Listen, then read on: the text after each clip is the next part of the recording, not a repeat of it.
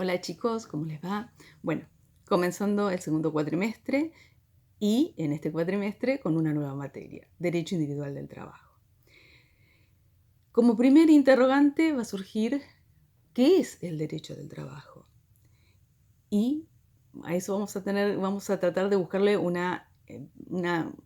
concepto introductorio que es meramente enunciativo, porque qué es el derecho de trabajo es tan vasto, es tan hermoso, que eso lo vamos a poder aprender y vamos a poder arribar en conjunto a un concepto adecuado recién al final de la cursada. Pero bueno, tomándolo como un concepto inicial, vamos a decir que el derecho del trabajo es un conjunto de normas y de principios que regulan el hecho social del trabajo dependiente. Y fíjense que estamos hablando de trabajo como una actividad productiva, una actividad creativa.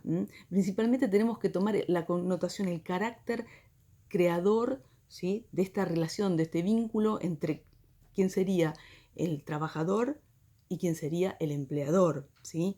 Pero como un acto ilícito en donde una parte se subordina a la otra, en forma este, jurídica,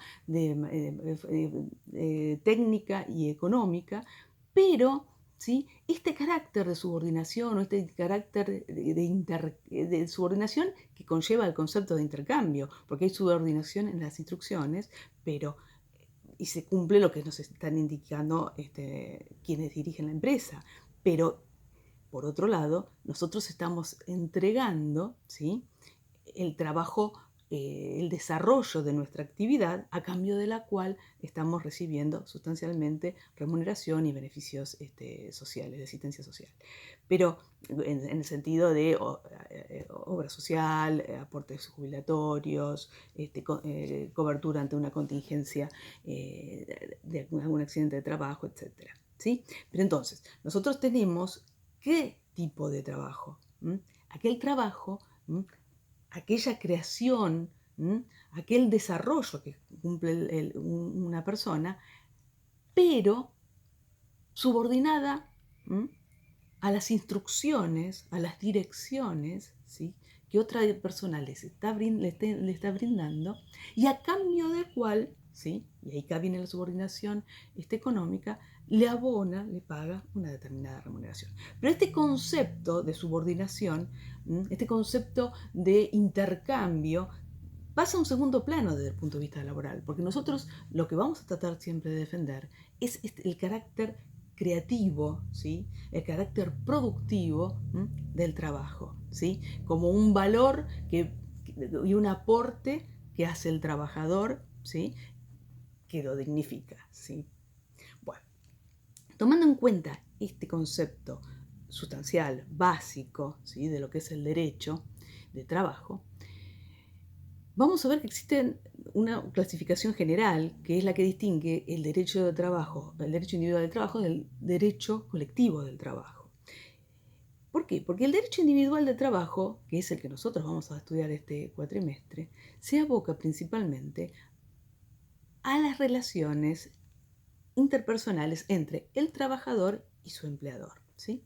En cambio, el derecho colectivo del trabajo está representado por, desde el punto de vista del sector de los trabajadores, por sindicatos, por gremios, que se agrupan en defensa de una actividad y abarca a todos los empleados que estén amparados de esa actividad y negocian en forma colectiva por todos, en todas las empresas en que estos trabajadores se encuentren en general. Después puede haber negociaciones, y existen, lógicamente, ¿no?, entre el sindicato y una empresa, pero en representación de todos, no de una persona en particular, ¿entienden?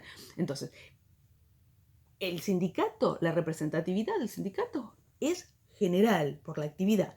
Y las empresas se encuentran representadas también en forma general, se pueden agrupar varias empresas para negociar con el gremio o pueden formar parte, asociarse a una cámara que representa esa actividad empresarial y negociar en nombre de todas las empresas, que negocia en nombre de todas las empresas, ¿sí?, de ese sector que están asociadas, ¿sí?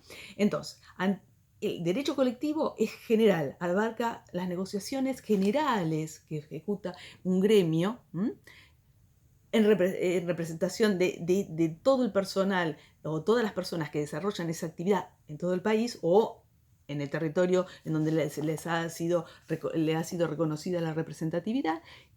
Y por el otro lado, igual las cámaras, ¿sí? ¿Nosotros qué vamos a hacer? No, nosotros vamos a estudiar la relación de un trabajador, la relación individual de un trabajador o plurindividuales, varios trabajadores, pero con nombre y apellido, con su empleador. Una empresa también con una denominación social o una persona física que resulta ser el empleador.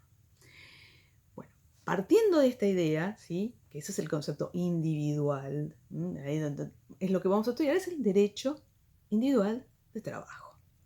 Ahora, ¿por qué está regida? O sea, ¿cuáles son las normas? Porque empezamos la definición diciendo que es conjunto de normas o principios que regulan la relación de trabajo subordinado, ¿cierto? Ahora, vamos a ver que tenemos las fuentes clásicas. ¿Cuál es la base, el sustento, la norma fundamental que regula el derecho laboral? La Constitución Nacional. ¿Y cuál es el artículo fundamental, el artículo específico que introduce todos los derechos sociales del trabajador? El artículo 14 bis, ¿sí? Entonces, se le reconoce el derecho a una remuneración digna, el derecho a la igualdad, el derecho a las vacaciones, el derecho a un salario mínimo vital y móvil, se le reconoce el derecho a tener aportes jubilatorios, se le reconoce el derecho a una actividad sindical. Entonces, ahí es en donde se le reconoce ese artículo que es vasto, es terrible, el contenido que regula la materia, que tenemos derechos individuales del trabajador, vamos a tener los derechos sindicales del trabajador y también vamos a ver que de ahí surgen los derechos de seguridad social del trabajador. Por eso les digo, es vastísimo, imagínense que en ese artículo es lo que da la base para todo el desarrollo de la normativa laboral en nuestro país. Luego tenemos que continúan, dentro de las fuentes clásicas, los tratados internacionales que haya firmado la Argentina con otros países. También tenemos la ley, siendo la ley fundamental es la 20744, que es la ley de contrato de trabajo. Pero después tenemos otras leyes que también regulan la materia, como la ley de riesgo de trabajo, la ley nacional de empleo, etc. Y los decretos reglamentarios de la misma. Por otro lado, tenemos los usos y costumbres que resultan muy importantes en nuestra materia. Nuestra materia es una materia dinámica, es una materia que está permanentemente en cambio, en movimiento, fluye. ¿Y por qué? Porque es muy importante los usos y costumbres, cómo van transmitiendo y modificando situaciones que estaban descritas de una manera. Bueno, los usos y las costumbres las modifican. No es para nada estática en esta materia, es una materia muy interesante en ese sentido. Ahora, y también tenemos los fallos judiciales como antecedentes y demás. Dentro de los fallos judiciales, recuerden que están los fallos plenarios, que son obligatorios y tienen una vigencia de 10 años.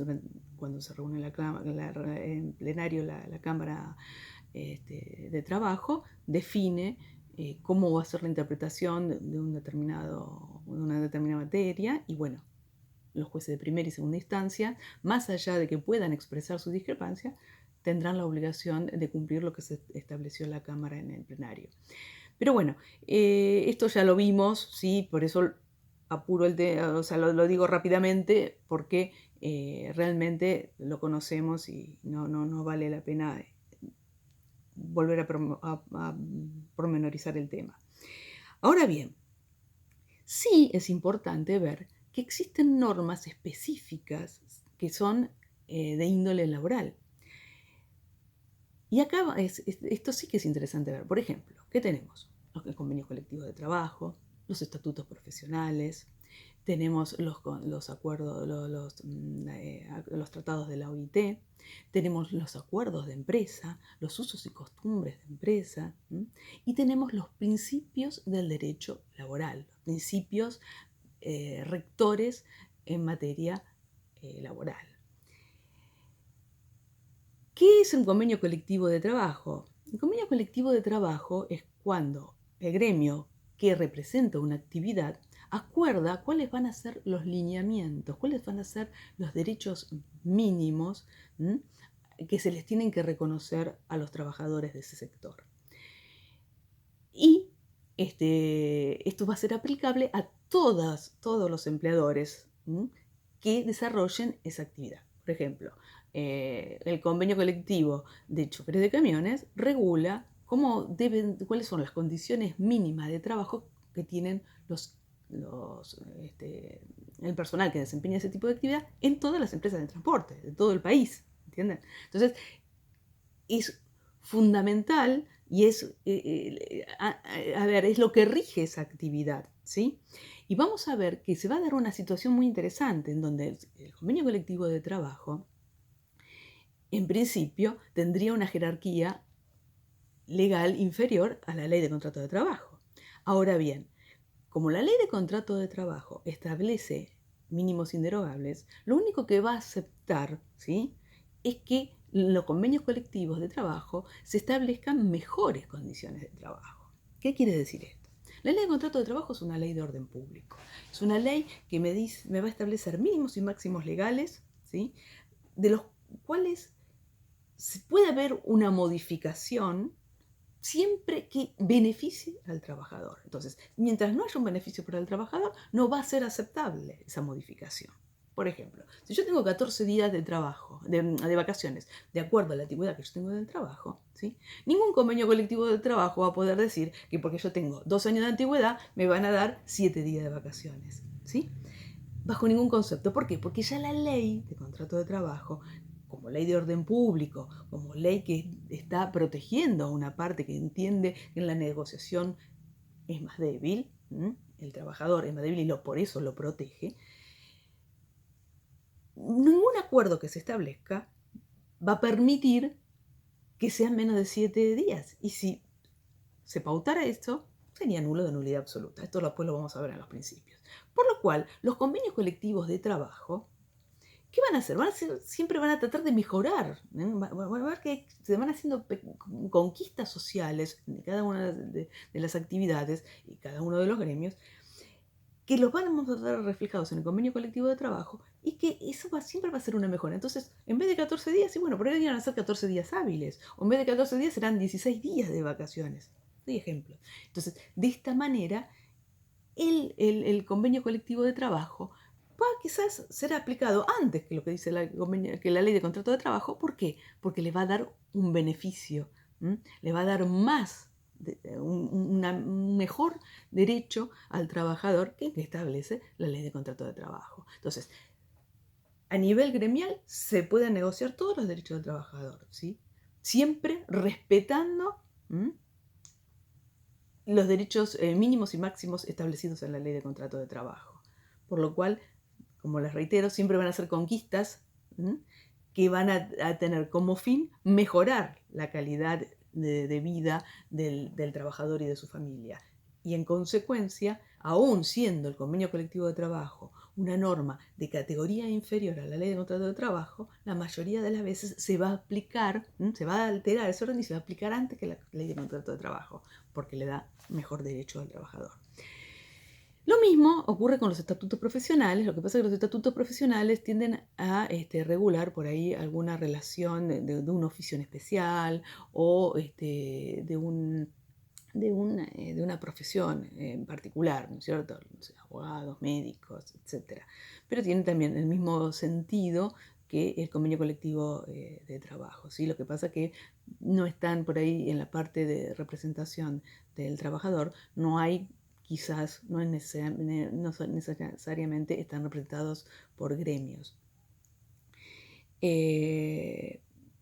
Bueno, y después tenemos también los laudos, como una fuente específica o especial del derecho laboral. ¿Qué consisten los laudos? Nosotros vamos a ver que pueden surgir diferencias entre el sector empresarial y el sector sindical. Entonces, cuando existen estas situaciones de conflicto, se puede alterar la paz social. La paz social implica, y bueno, que alguna de las partes comience a tomar medidas de fuerza por ejemplo, cerrar la empresa, no dejar que los trabajadores empiecen a trabajar, o al revés, la huelga de los trabajadores, ¿sí? O una actividad en donde el trabajador alternativamente trabaja a desgano, a reglamento, entonces reduce la producción, etc. O sea, medidas de acción directa o medidas de fuerza que pueden tomar cualquiera de las partes. Esto, al quebrantar la paz social, no es útil para ninguna de las partes, ¿sí? En la situación de conflicto. Entonces se lleva, ¿sí?, a una situación llegamos a una situación de necesitar una solución al conflicto. Vamos a ver que en estas situaciones críticas, como la que estamos hablando, en donde hay ya la decisión de quizás tomar medidas de acción directa, ¿qué ocurre? La ley obliga a las partes a someterse al laudo, a que intervenga el ministerio, o sea, la autoridad de aplicación, el Ministerio de Trabajo, para ver si se logra o no una solución, ¿sí? Entonces, si se logra una solución, se llega a un acuerdo, se firma y, bueno, obviamente se sigue la actividad productiva normalmente. Si no se logra esta situación, bueno, ya habrá que llegar a una instancia judicial para ver habilita a desvinculaciones, a suspensiones, a las huelgas, etc. Y veremos después judicialmente o quién tenía razón o no. O sea, ya llegamos a una instancia de un conflicto mayor, ¿sí? Pero generalmente esto, en raras ocasiones terminamos en esa instancia final, ¿sí? Pero bueno.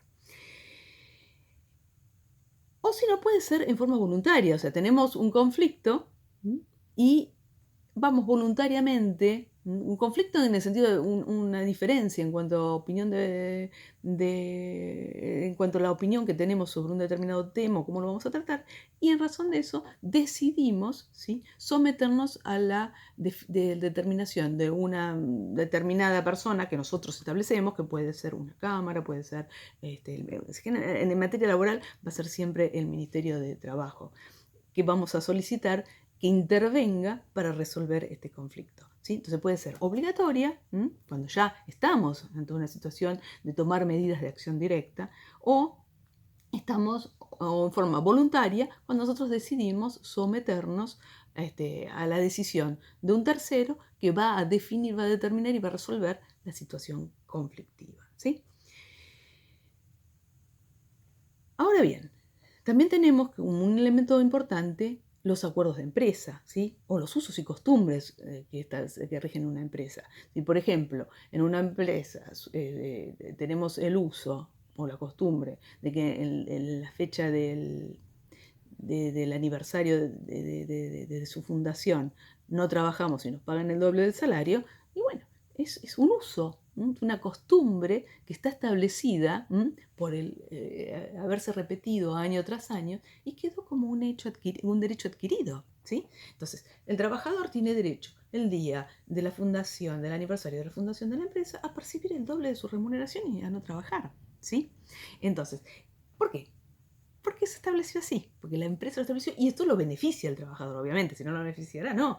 O por ejemplo, si por las paritarias a mí me establece que tengo que tener, mi salario es de 30.000 pesos, por ejemplo, pero la empresa pauta conmigo que me va a pagar 50.000, porque hay un motivo, no sé, por título, por qué fuera, hay un motivo que justifica que a mí me pague más que lo que establece el convenio colectivo, o a todos los empleados en la misma condición, a todos los empleados de una determinada categoría decide pagarle más que lo que está establecido en el convenio, por supuesto que eso sería un convenio a nivel empresarial, trabajador, empresa. Y ese convenio también es muy importante. ¿Por qué? Porque nos está otorgando un derecho que aún es mejor que el que está estableciendo el convenio la negociación colectiva, ¿sí? Entonces, de aquí es que nosotros tenemos fuentes que son específicas, son fundamentales y son propias de la materia laboral, que es lo que van a regir toda la